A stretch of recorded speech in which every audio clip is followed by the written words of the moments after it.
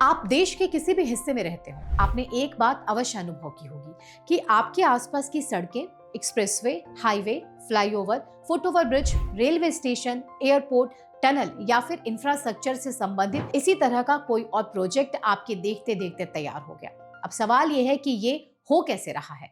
हमारे देश में तो इस तरह के बड़े प्रोजेक्ट कई कई दशकों तक चलते रहते थे, बनते रहते थे, टलते रहते थे, लटके रहते थे। सरकारें आती थी, चली जाती थी, प्रोजेक्ट का बजट बढ़ता जाता था, समय बढ़ता जाता था, लेकिन वे पूरे नहीं होते थे। व्यंगकारों के लिए सरकारी इंफ्रास्ट्रक्चर के प्रोजेक्ट मजाक का विषय बन गए थे। शरद जोशी ने तभी तो लिखा था कि सरकार विकास के लिए ठोस ही कदम उठाती है, लेकिन वो कदम इतने ठोस होते हैं कि उठ ही नहीं पाते।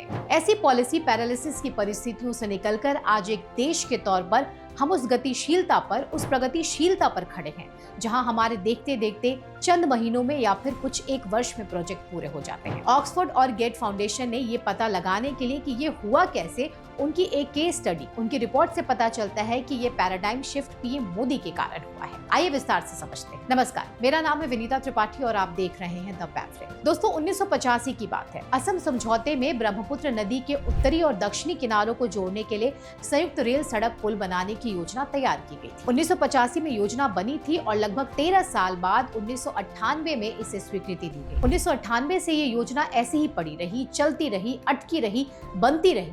फिर आता है 2015। प्रगति के अंतर्गत इस प्रोजेक्ट का पीएम मोदी रिव्यू करते हैं और दिसंबर 2018 में पीएम मोदी ही इसका उद्घाटन करते हैं। बड़े इंफ्रास्ट्रक्चर के ऐसे 340 प्रोजेक्ट हैं जो वर्षों से, कुछ तो दशकों से पड़े हुए थे, अटके हुए थे और प्रगति में पीएम मोदी के रिव्यू करने के बाद उनके निर्माण में तेजी आई।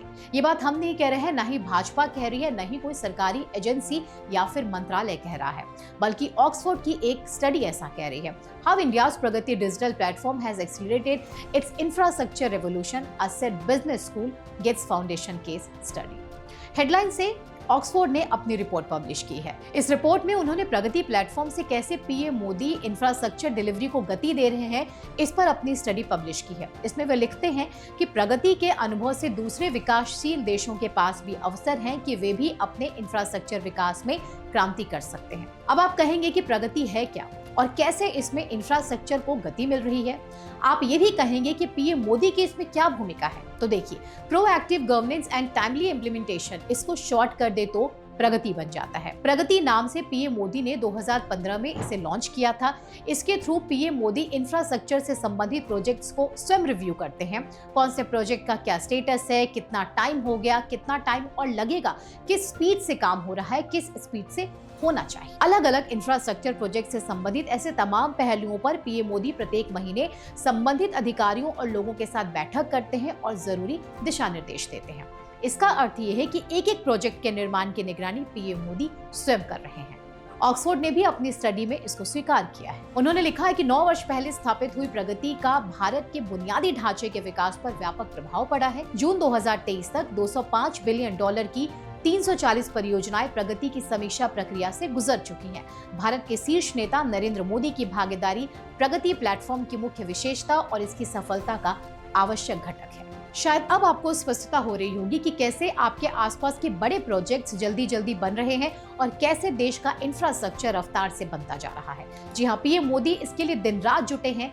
एक एक प्रोजेक्ट की समीक्षा वे स्वयं करते हैं और उसे कैसे आगे बढ़ाना है, क्या करना है, वे स्वयं गाइड करते हैं। ऑक्सफोर्ड की रिपोर्ट बताती है कि प्रगति समीक्षा बैठक 1.5 घंटे तक चलती है, इसलिए प्रोजेक्ट तेजी से बनते दिखाई दे रहे हैं।